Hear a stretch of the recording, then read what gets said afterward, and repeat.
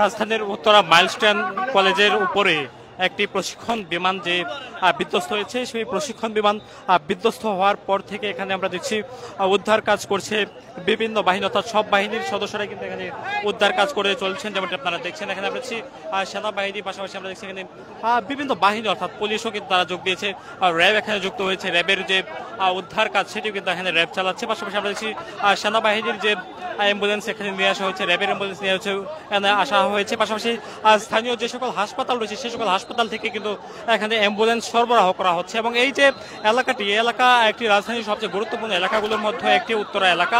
এই উত্তরা এলাকার যে মাইলস্টোন স্কুল, মাইলস্টোন যে কলেজটি, এই কলেজটির আশেপাশের বিভিন্ন অঞ্চলের শিক্ষার্থীরা কিন্তু এখানে এসে পড়াশোনা করতেন। তবে আজকে দুপুর 1টার দিকে কিন্তু আজকে এই যে এই দুর্ঘটনাটি ঘটে এবং এরপর আসলে রাজধানীর আশপাশ এলাকা অর্থাৎ বিভিন্ন স্থান থেকে মানুষজন কিন্তু এখানে ছুটে এসেছেন, অর্থাৎ উৎসুক যে জনতা তাদের ভিড় কিন্তু এখানে রয়েছে। এবং এই উৎসুক জনতার কারণে এখানে যারা উদ্ধার কাজ করছেন, যারা বিভিন্ন বাহিনীর সদস্যরা, পাশাপাশি যারা এখানে রয়েছেন সদস্যরা, তাদেরকে আসলে বেশ ব্যাক পোয়াতে হচ্ছে উদ্ধার কাজ করতে। যেমনটি আপনারা দেখছেন আন্তঃবাহিনী জনসংযোগ পরিদপ্তর অর্থাৎ আইএসপিআর কিন্তু জানিয়েছে বাংলাদেশ বিমান বাহিনীর F-7 বিজিআই প্রশিক্ষণ বিমান উত্তরাতে বিধ্বস্ত হয় এবং বিমানটি দুপুর 1:06 উড্ডয়ন করে এবং এই উড্ডয়ন করার সময় আসলে বিমানটি বিধ্বস্ত হয়।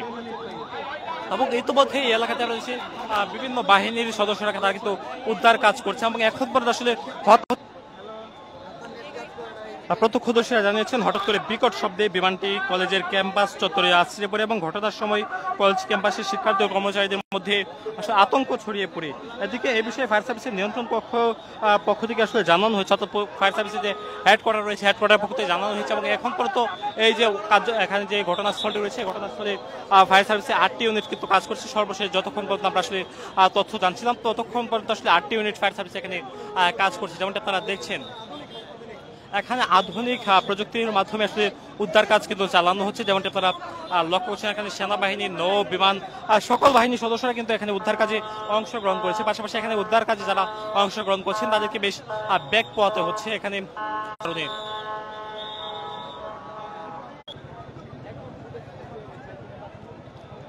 দর্শক আপনারা দেখছেন এখানে উৎসুক জনতা, চারপাশে তারা কিন্তু অবস্থানে এসে উৎসুক জনতা, পাশাপাশি এখানে গণমাধ্যম কর্মীদের ভিড়। অনেকে আমরা দেখছি এখানে তাদের আসলে ওই যে অনেকে আসলে বিল্ডিং এর ছাদ থেকে তারা দেখার চেষ্টা করছেন, কেউ বা এখানে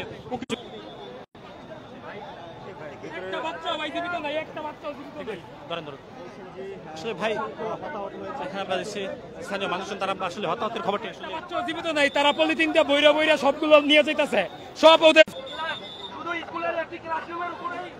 দর্শক আপনারা দেখছেন এখানে যে বিমানটি যে বিধ্বস্ত হয়েছে, সেই বিমানটি বিধ্বস্ত হওয়ার পর এখানে উৎসুক জনতা, পাশাপাশি আমরা দেখছি এখানে আমরা দেখছি হয়তো বাহিনীর যে উদ্ধার কাজ সেটি কিন্তু আসলে চলছে। আমরা দেখছি সেনা, নৌ, বিমান বাহিনী তারা সকলে কিন্তু এখানে উদ্ধার কাজে অংশগ্রহণ করছেন। তবে এখানকার যে উৎসুক যে স্থানীয় জনতা তারা কিন্তু এলাকাটিতে আসলে ভিড় করেছে এবং তাদের ভিড়ের কারণেই এখানে বিভিন্ন বাহিনীর যারা সদস্যরা উদ্ধার কাজ করছেন তাদেরকে বেশ ব্যাক পোয়াতে হচ্ছে। আমরা আপনাদেরকে জানিয়ে রাখি আজকে দুপুর 1টা নাগাদ আজকে এই ঘটনাটি এখানে ঘটে এবং দুর্ঘটনা ঘটার পরে এখানে উদ্ধার কাজ শুরু করেছে বিভিন্ন বাহিনীর সদস্যরা এবং তারা এখন পর্যন্ত আসলে তাদের উদ্ধার কাজ সেটা কিন্তু আসলে এখন চালিয়ে যাচ্ছে এবং এখন পর্যন্ত হতাহতের খবর কিন্তু আমরা আসলে এখন পর্যন্ত আসলে নিশ্চিত হতে পারিনি কতজন নিহত হয়েছেন বা আসলে সঠিক সংখ্যা বা প্রকৃত সংখ্যা এখন পর্যন্ত আসলে নিশ্চিত হওয়া যায়নি। বিভিন্ন মাধ্যম থেকে প্রাপ্ত যে তথ্য, সেই প্রাপ্ত তথ্য দিয়ে এখন পর্যন্ত আসলে 4 জন গুরুতর আহত হয়েছে, সেই তথ্যটুকু আমরা আসলে জানতে পেরেছি।